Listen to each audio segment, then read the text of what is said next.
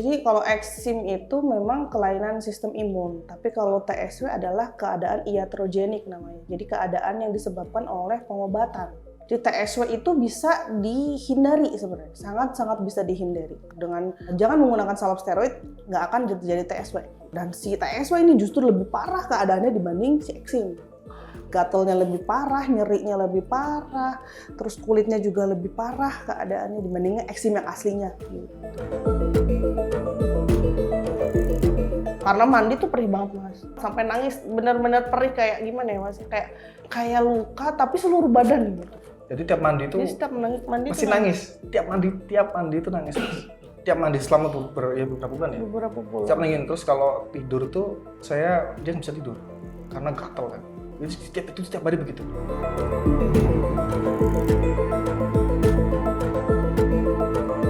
Tiap malam nggak bisa tidur gitu, nggak bisa ngurus anak juga waktu kan. Terus lagi down-downnya gitu, saya bilang, kamu mau nikah lagi aja gitu mas. Karena siapa sih mas yang nggak mau punya istri kulitnya bagus gitu ya. Sentuh ini bukan bisnis, tapi Sentuh inilah pergerakan.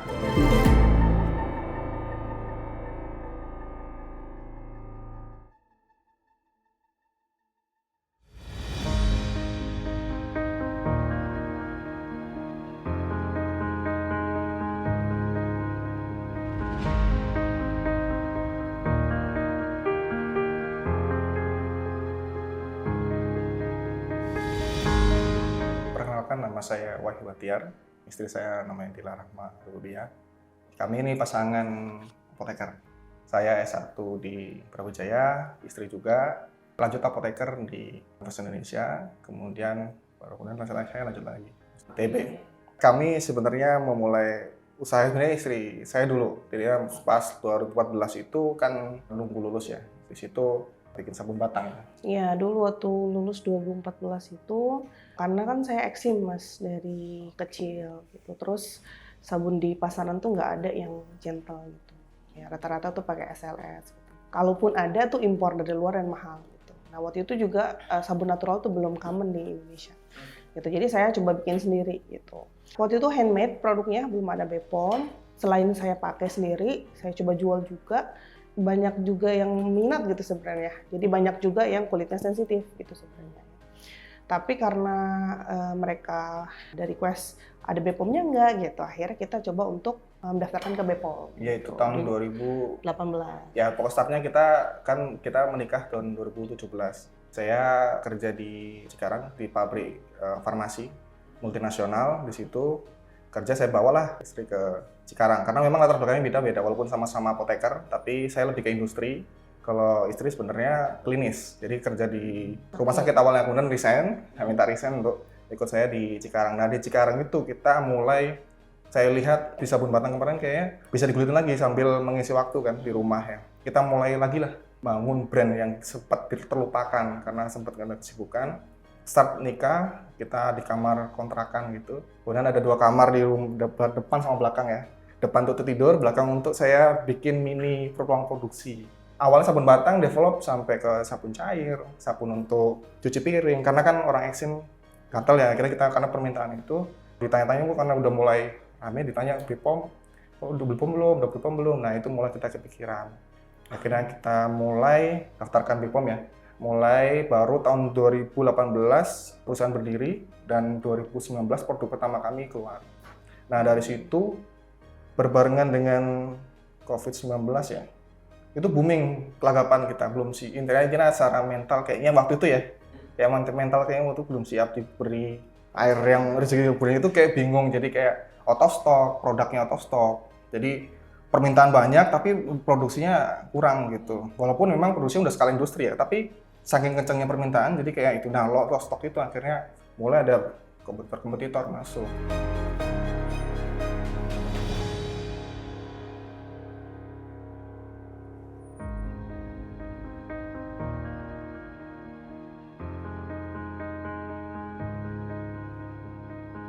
Waktu itu kami memutuskan untuk produk gentle secara umum gitu mas, nggak fokus ke eksim. Karena yang saya rasakan itu Kan saya waktu itu masih pakai obat dokter gitu. Jadi kalau misalnya ganti sabun pun tetap aja kambuh-kambuhan eksimnya.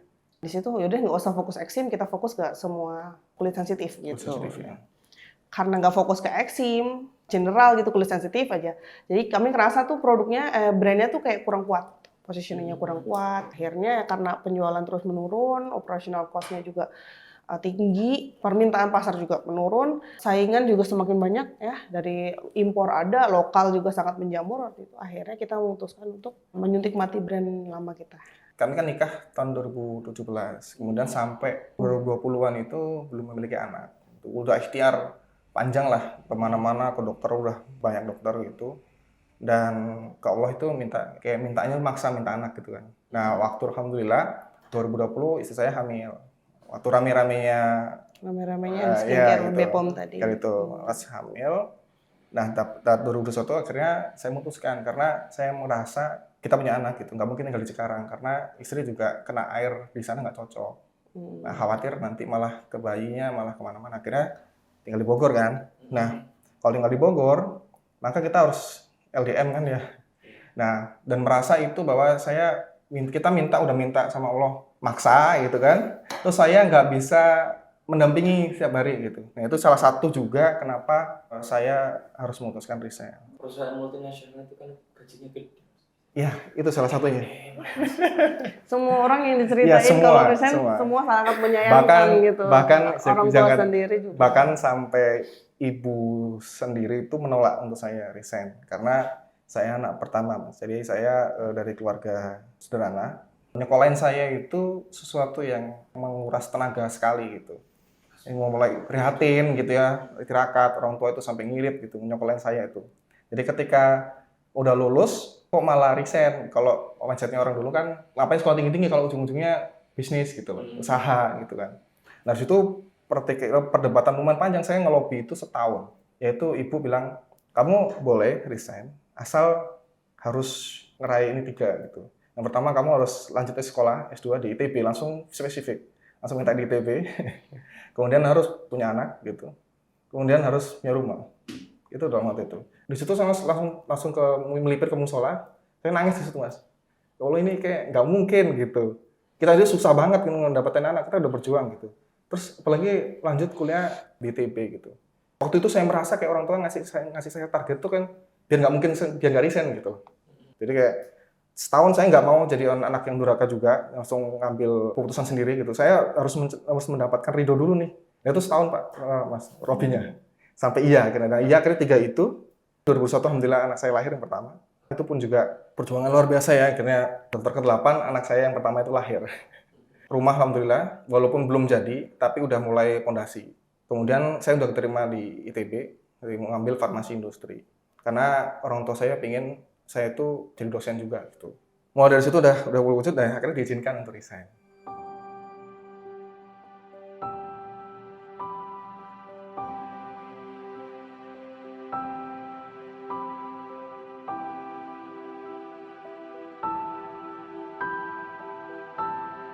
Nah, perjalanan selama 2021 sampai 2022 ini yang seperti kalau istilahnya bisnis kan valley of death, jadi lembah kematian. Jadi kayak di bisnis tuh kayak memang ada siklus ya. Dimana awalnya kayaknya bisnis tuh mudah gitu. Ternyata bisnis tuh mudah ya, bisa naik kita kencang.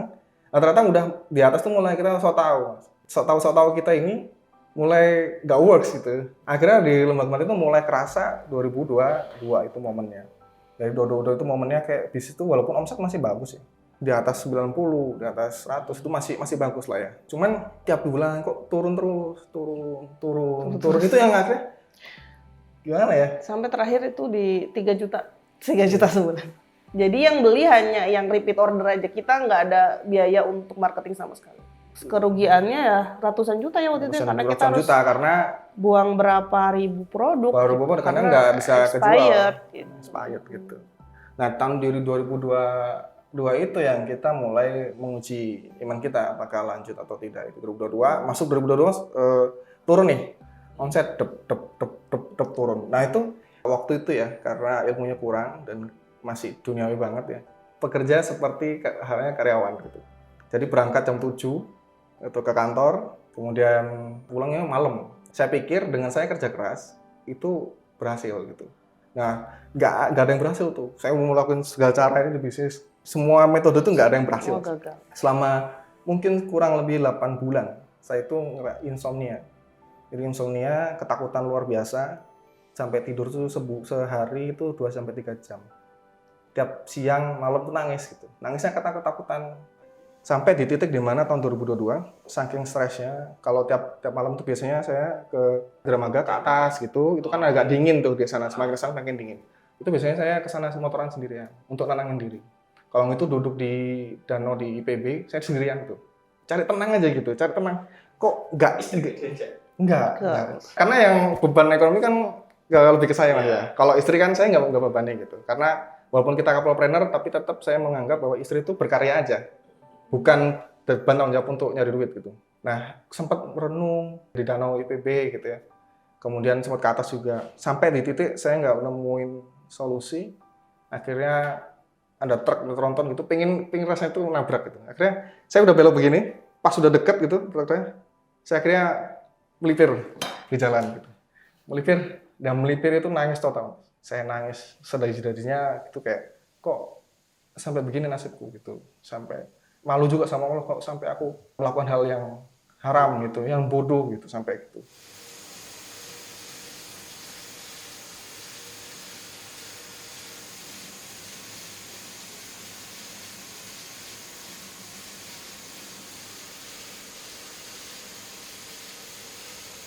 Kemudian ada kontak dari perusahaan multinasional ini, perusahaannya banyak. Sempat dikontak lagi untuk join dengan posisi yang lebih naik dari sebelumnya.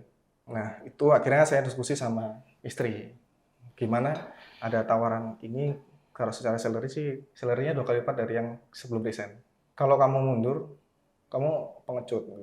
Terus kemudian juga tidak menyelesaikan masalah, karena ada pendingan supplier yang belum kita bayar, ratusan Mas, angkanya. Dan kalaupun kamu kerja lagi, bisnis juga pasti berantakan, dan nggak bisa menyelesaikan pendingan supplier itu, ratusan juta. Akhirnya nggak saya ambil, saya tolak. Saya putuskan untuk, istri bilang, maju aja, aku di belakangmu, aku dampingi. Dan dari situ akhirnya saya bismillah, saya putusin bilang, yaudah bismillah ya, kita putusan maju bareng-bareng gitu. Saya juga sebagai istri gimana ya, yang menyuolahkan dia sampai kuliah kan juga orang tua. Jadi rasa beban juga di saya kalau keputusan kita nanti gagal gimana. Cuman dari proses hampir setahun itu kita diskusi, kok akhirnya nyerah sih cuman gara-gara ditawarin kerja dengan gaji yang tinggi gitu ya. Ngerasa kayak nggak worth it gitu loh. Tapi saya yakinin kalau misalnya kita udah maju, terus kita udah memutuskan ini tuh jauh-jauh hari, ya udah kita fight terus. Kalau misalnya ada apa-apa, aku akan tetap temenin gitu. 2 hari kemudian saya kabari ibu saya, Ma, aku kayak nggak berhasil gitu di sini, banyak berat banget gitu ternyata. Kemudian saya ceritain juga ada tawaran itu dari perusahaan. Mencengangkan Mas, kalau ibu saya kan awalnya nolak ya untuk saya resign macam-macam, mencengangkan. Kamu anak mama tuh, jangan cengeng, maju aja, hadapi semua problem yang ada. Terus saya langsung tumpah Mas. Ya Allah, ibuku yang kemarin nolak ternyata kok sekarang malah dukung saya untuk maju, tetap maju gitu. Itu saya terharu banget, jadi energinya makin kenceng karena si istri ya, kemudian ibu yang ibaratnya dulu nolak ternyata iya gitu. Itu cukup buat saya untuk maju. Itu cukup. Sampai ada petunjuk dari saya ngobrol sama bapak mertua kan pengusaha. Waktu itu lagi ngobrol, bapak itu cerita begini. Kalau pohon itu daunnya banyak tapi tidak berbuah, kita harus potong sebagian dari dahannya, kita sakiti sedikit supaya nanti dia akan tumbuh lebih banyak dan lebih subur lagi. Itu kayak, aduh iya ya, selama ini aku terlalu menggenggam apa yang aku anggap itu berharga gitu. Jadi kayak aku terlalu cinta nih, takut miskin, takut ini yang kayaknya mengganggu gitu. Jadi mulai kita gugurkan Mas itu. Saya kemudian habis dari Malang pulang ke Surabaya ke orang tua, ada buku namanya The Quranic Law of Attraction. Tak baca, buku yang ratusan ya kayaknya. Itu cuma 2 hari doang habis itu. Baca buku itu tuh saya langsung malu, kenapa aku melakukan sampai seperti ini. Jadi di buku itu akhirnya membuat saya tuh sadar bahwa selama ini tuh Allah tuh kasih saya tuh banyak. Dari semua hal yang ada Allah selalu bantu sampai di titik di mana saya benar sekolah di kampus terbaik gitu. di Indonesia, dan saya juga udah bisnis sesuai cita-cita saya. Itu saya, ya Allah, terima kasih Allah atas semua pemberian. Saya mohon maaf kemarin-kemarin khilaf dan sebagainya. Dari situ saya habis baca buku itu, saya sholat, saya nggak minta apapun, saya bersyukur aja.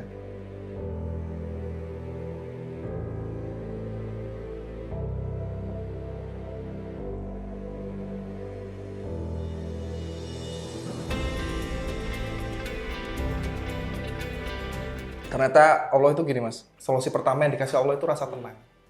Jadi kayak kalau dulu omset saya bagus, tapi saya nggak tenang. Karena ketakutan nggak bisa bayar, ketakutan besok itu gimana gitu. Nah setelah baca buku itu, kemudian saya udah dapat rangkumannya, nah itu Allah kasih satu hal, ketenangan. Jadi kami berdua itu langsung tenang mas. Apapun kondisinya kita nggak panik gitu kayak. Itu yang menurut saya akhirnya menyelesaikan semuanya. Jadi tenang, awalnya itu tenang. Ada problem apapun, tenang kita.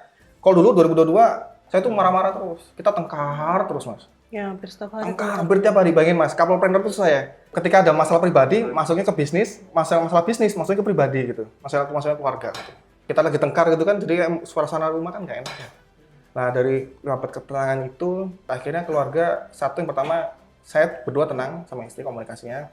Kemudian keluarga juga adem mas. Jadi saya bisa bercanda, walaupun masalah belum selesai. Tapi saya udah bisa bercanda. Dari buku itu akhirnya saya simpulkan ada solusi yang Allah kasih mas. Jadi petunjuknya itu adalah connection before correction. Jadi kita perbaiki hubungan-hubungan kita dulu. Pertama sama Allah, kemudian kita sama Rasul. Jadi kayak melakukan apa yang Rasul minta gitu ya, sunah-sunah Rasulnya. Dan hubungan sama, nah ini masalah nih. Saya mikir gimana ya nyelesainnya gitu. Saya sama istri itu komunikasinya nggak baik. Dikit-dikit tengkar, beda pendapat mas.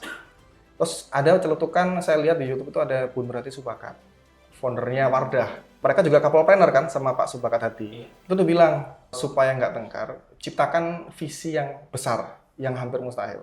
Jadi visi yang sangat besar, sehingga masalah-masalah yang diperdebatkan itu kelihatan kecil. Kemudian yang kedua, sepakati tiap perbedaan. Jadi kalau ada perbedaan, harus disepakati. Jangan dibiarkan, kan selama ini misalnya, naruh barang ini di A, sakit hati doang, tapi tengkar doang, tapi nggak selesai gitu. Diomongin enaknya gimana nih, barang ini harus ditaruh di mana enak supaya nggak tengkar gitu. Lama-lama friksi itu berkurang, signifikan. Jadi kelihatan kayak karena kita ciptakan visi yang besar, mimpi yang besar banget. Jadi kelihatan ketika sehari-hari ada masalah kecil tuh, mimpi kita lo besar, masalah ini diramein gitu. Nah itu mas, jadi akhirnya saya perbaiki hubungan saya sama istri, udah beres. Saya perbaiki sama orang tua. Kemarin sempat rame kan, selek terhadap perbedaan pendapat. Itu saya minta maaf. Dan dari situ banyak momen-momen ajaib yang saya rasakan.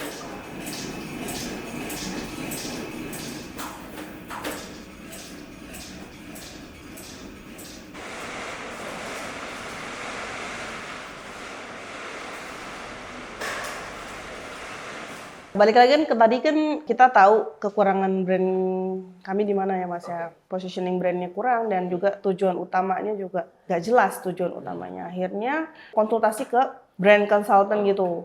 Kata mbaknya itu brand itu harus menyerupai ownernya. Personality-nya juga harus sama kayak ownernya. Akhirnya kami melihat nih apa sih kita nih personality kita berdua itu apa gitu ya. Oh mungkin lebih ke humble, terus kita lebih ke jujur. Kita profesional juga as a pharmacist gitu ya. Akhirnya kita milih nama Sentuh. Tapi waktu itu belum tahu produknya mau apa. Kita pilih nama Sentuh dengan logonya udah jadi gitu. Udah sesuai, brand personality-nya udah sesuai, positioning-nya udah sesuai gitu. Humble, honest. Terus di saat yang sama, kita lagi ngebangun brand itu, eksim saya flare up.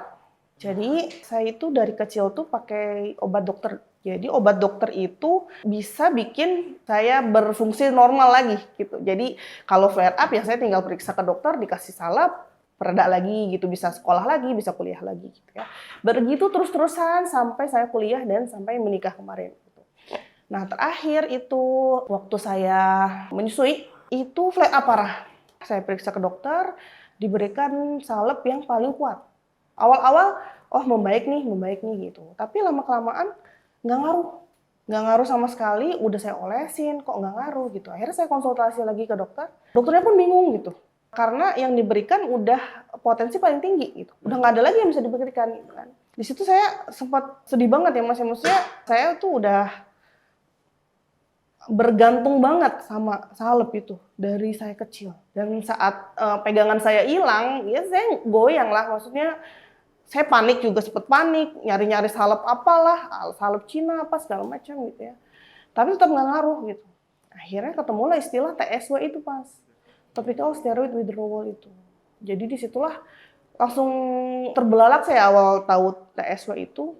Obat yang selama ini saya jadiin pegangan, justru dialah yang menyebabkan eksim saya itu nggak sembuh-sembuh gitu. Dan semakin parah. Jadi harusnya dermatitis atopik itu hanya terjadi sampai umur 11 tahun. Kalau tidak diberikan salep steroid itu. Tapi kok saya mengalami eksim tuh sampai umur 30-an gitu. Dan menyebar, awalnya di lutut, di kaki, paha, tangan, semua. Terakhir itu flare up sampai ke muka waktu menyusui itu. Tahu istilah TSW itu bikin kaget juga, down juga gitu.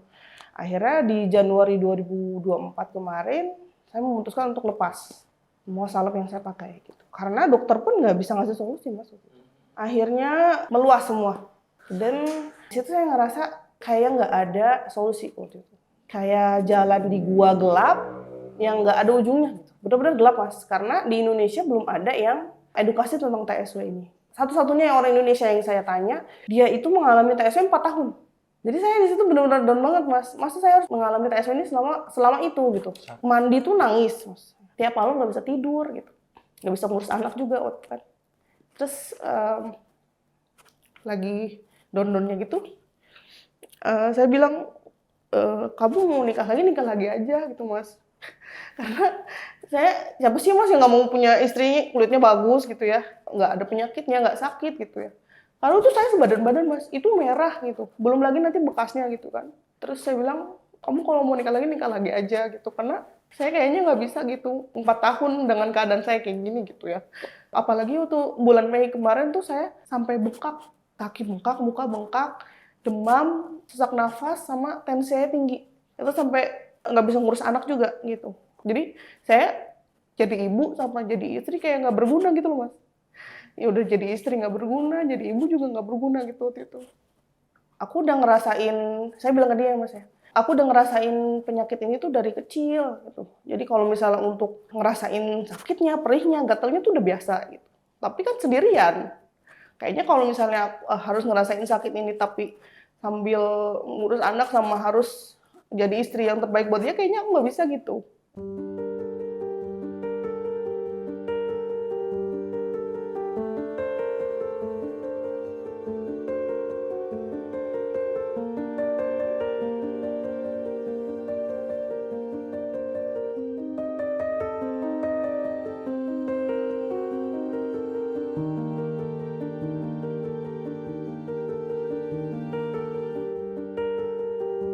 Kan tadi sempat flare up, pertama kali flare up itu barengan, Mas.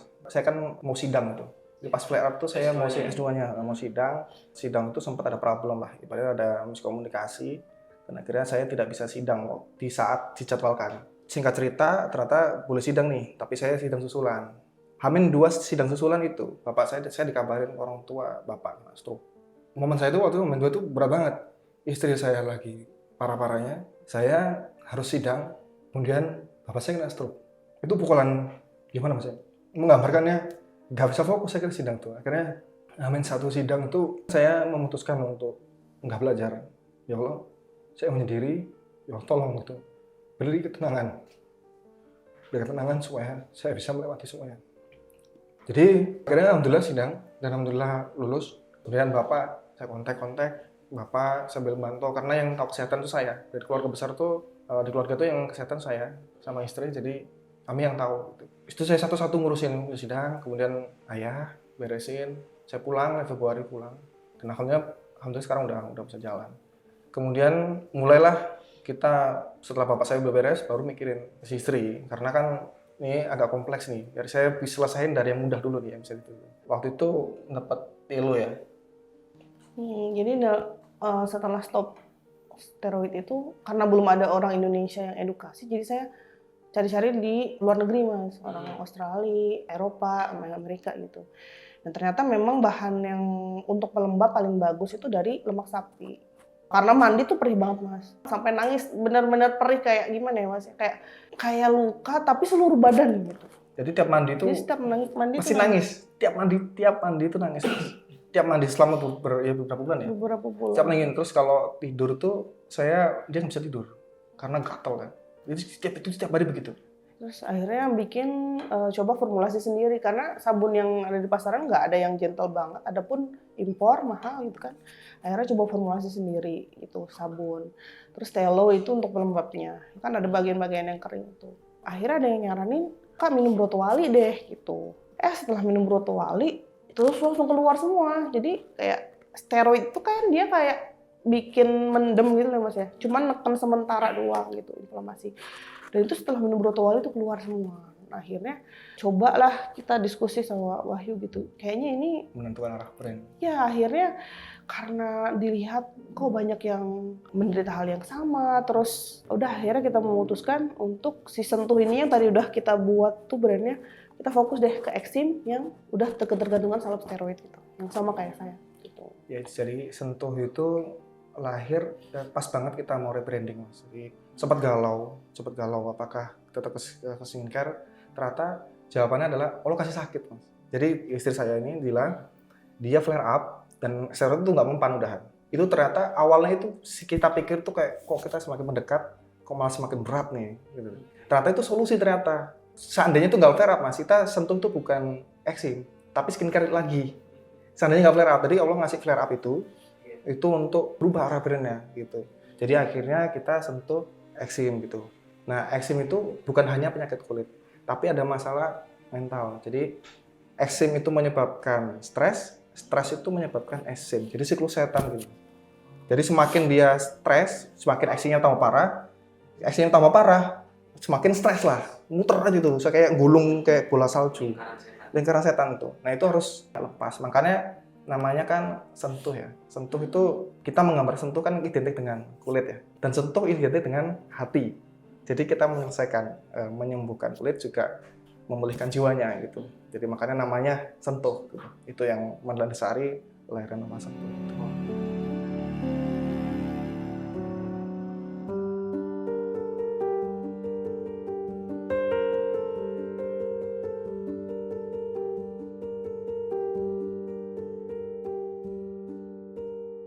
Ya awalnya kan masalahnya saya ekonomi Mas ya. Kestabilan keluarga lah ya intinya. Kalau istri kan masalahnya sakitnya. Nah semua itu selesai dalam satu nama Sentuh itu. Jadi kayak oh ini kita sekalian gitu kayak kalau dibuat bisnis kan akhirnya ada timeline untuk dia selesai penyakitnya kan. Kayak ada semangat energi yang lebih besar gitu. Nah waktu ada komunitas energinya lebih besar lagi. Ternyata banyak orang yang stuck juga banyak kayak dila-dila yang lainnya ini ternyata banyak energinya malah bukan hanya sekedar bisnis. Awalnya bisnis, awalnya itu bisnis. Tapi lama-lama bukan bisnis. Jadi kayak kita Sentuh ini bukan bisnis, tapi Sentuh inilah pergerakan. Jadi kita bikin ada komunitas itu, setelah mereka sembuh, mereka juga akan mendeliver ke orang lain gitu. Kayak ini bukan Exim loh, ini kalau udah kayak gini udah TSW. Jadi dermatitis ada banyak Mas. Numularis, seboroik, statis, dan lain-lain. Nah kalau misalnya udah di luar itu semua, kok muncul di tempat lain, misalnya telapak tangan, telapak kaki, itu udah masuk ke efek samping dari steroid. Ternyata pas banyak yang masuk, ternyata pas saya lihat itunya ini udah bukan dermatitis biasa, ini udah TSW. Gitu. Karena memang dari sistem kesehatan kita juga memang first line terapi untuk eksim itu memang steroid. Gitu. Jadi memang belum banyak yang tahu tentang ini gitu. Jurnal terbaru pun 2025 2024. 2025. Jadi masih sangat-sangat jarang. Jadi benar kata Wahyu tadi komunitas ini bukan cuman saya jualan terus kalian beli gitu kan gitu. Jadi kita jadi pergerakan gitu untuk kalau misalnya nanti udah ada yang sembuh, ngedukasi tetangganya, ngedukasi temennya untuk tidak menggunakan salep steroid lagi karena efek sampingnya itu lebih besar dibandingkan manfaat untuk eksimnya. Gitu. Jadi kita pakai pendekatan holistik, jadi dari luar, mentalnya juga, terus minumnya juga, gitu. Sama ada komunitasnya juga, gitu. Jadi kalau eksim itu memang kelainan sistem imun, tapi kalau TSW adalah keadaan iatrogenik namanya. Jadi keadaan yang disebabkan oleh pengobatan. Di TSW itu bisa dihindari sebenarnya, sangat-sangat bisa dihindari. Kalau eksim kan memang banyak faktor ya, turunan bisa, karena memang kondisi ususnya misalnya, kalau ususnya bermasalah nanti dia akan menyebabkan dermatitis atau eksim gitu. Tapi kalau untuk TSW ini kejadian iatrogenik, jadi bisa dihindari gitu. Dengan jangan menggunakan salep steroid, nggak akan jadi TSW. Hulunya artinya eksim dulu. Eksim baru dulu, TSW. betul. Eksim dulu, diobatin dengan steroid, akhirnya leading tuh TSW gitu. Dan si TSW ini justru lebih parah keadaannya dibanding si eksim. Gatalnya lebih parah, nyerinya lebih parah, terus kulitnya juga lebih parah keadaannya dibandingnya eksim yang aslinya gitu. Paling banyak ditemui di kasus yang mana Mbak? Nah, kalau dulu itu lebih keturunan, Mas. Tapi sekarang ini nggak tahu ya, entah karena vaksin COVID atau apa, jadi lebih banyak yang muncul saat dewasa gitu. Banyak yang cerita setelah vaksin COVID itu jadi imunnya jadi turun dan jadi eksim. Ada juga yang mungkin dari gaya hidup. Misalnya tadi stres bisa menyebabkan disbiosis usus juga, sama juga pola makan. Gitu bisa menyebabkan disbiosis usus juga. Gitu. Jadi itu banyak yang muncul saat dewasa. Nah, kalau kayak saya kan muncul dari kecil, itu dulu iya, sekarang lebih banyak yang muncul saat dewasa.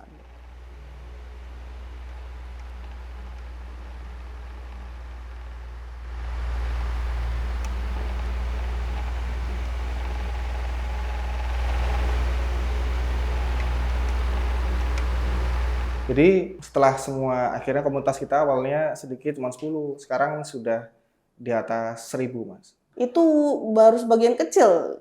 Itu baru berapa bulan ya Mas? Itu baru ternyata sebanyak itu. Jadi semakin Banget. itu akhirnya kita punya data Mas. Bukan hanya data klinis ya, tapi kita udah sampai punya step by step-nya ya rekam medisnya.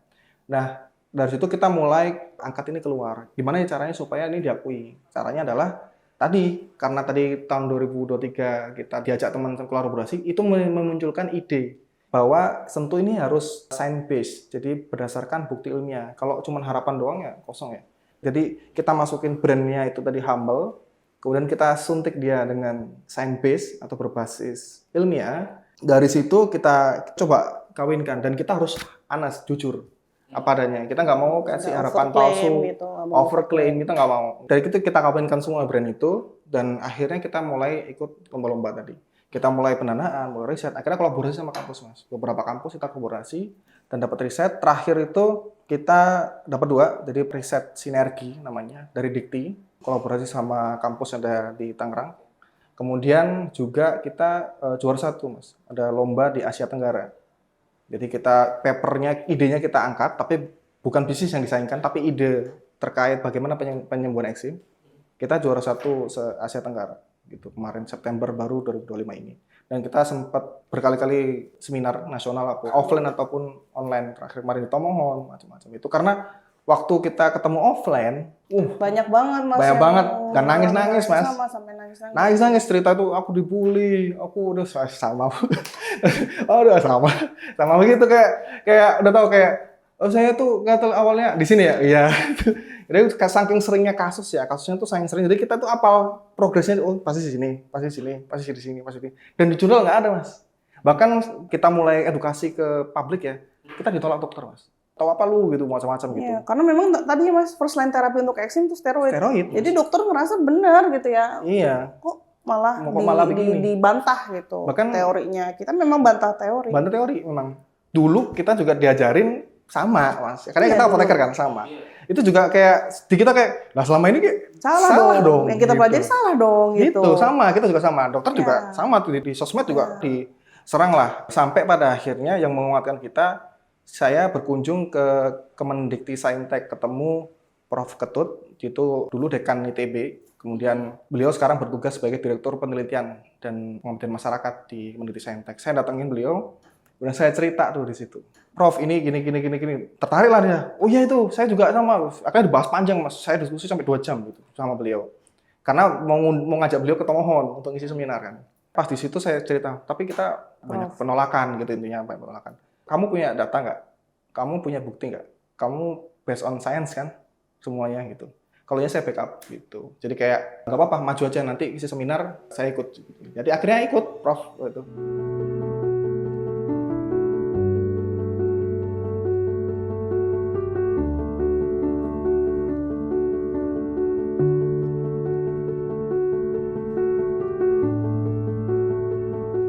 Dan alhamdulillah Mas, sebelum kami ngisi seminar nasional itu yang cukup besar ya, waktu itu kita udah go public ya. Ada jurnal keluar bulan Mei, 30 Mei 2025, tahun ini.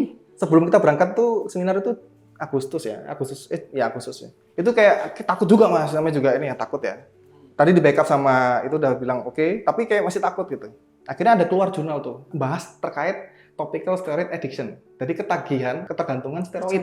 Ada jurnalnya ternyata yang bahas, jurnalnya dari US. Kalau kita cek, lah ini nih, ada yang bahas ternyata, udah alhamdulillah, dan satu-satunya masih itu jurnal yang memang dia bahas. Nah sekarang semakin udah mulai ramai. Dan semua yang dibahas di jurnal itu yang udah kita lakukan di kita lakukan komunitas, semua yang disentuh gitu. sama gitu. Gitu ya, itu akhirnya mengkonfirmasi dan akhirnya kita lebih percaya diri untuk semakin mengedukasi masyarakat, semakin semangat lah ibaratnya. Karena buktinya datanya semakin banyak, makanya kita sekarang fokus bagaimana kolaborasi ini menjadikan ini jurnal gitu, kayak jurnal. Kemudian terakhir ya kemarin dari kampus itu, dan kita sedang ada proyek juga untuk kolaborasi lagi gitu sekarang. Jadi Sentuh ini kan lahir dari penderitaan. Jadi penderitaan saya, penderitaan istri juga gitu kan. Dan sempat tadi kita bilang bahwa kita harus menciptakan visi yang besar yang membuat kita nggak rame gitu ya. Dan visinya Sentuh itu menjadi salah satunya yang menyembuhkan pasien SM, pasien TSW, juga mencegah terjadinya TSW seluas-luasnya di Indonesia, di luar, ataupun seluruh dunia lah. Itu seluas-luas mimpinya ke sana. Dan satu lagi, ingin menjadi rahmatan lil alamin lah. Menjadi manusia yang bermanfaat untuk semua. Dan ini kita bawa menjadi kendaraan kita, sampai kita udah nanti nggak ada gitu ya. Kita menjadi tabungan nanti di akhirat kelak, karena ini yang menjadi jalan satu-satunya. Jadi pengennya sih ya nanti ini menjadi ladang pahala lah Mas untuk kita buat. Jadi ada ke sana. Saya Wahyu Bahtiar, istri saya Dila Rahma Rubia, kami founder Sentuh. Sentuh sekarang beralamat di Dramaga Bogor. Jadi untuk mengakses kami sekarang baru bisa secara online. Instagram kami sentuh__, kemudian websitenya www.sentuhcare.com. Dan Sentuh juga tersedia di marketplace. Terima kasih. Wassalamualaikum warahmatullahi wabarakatuh.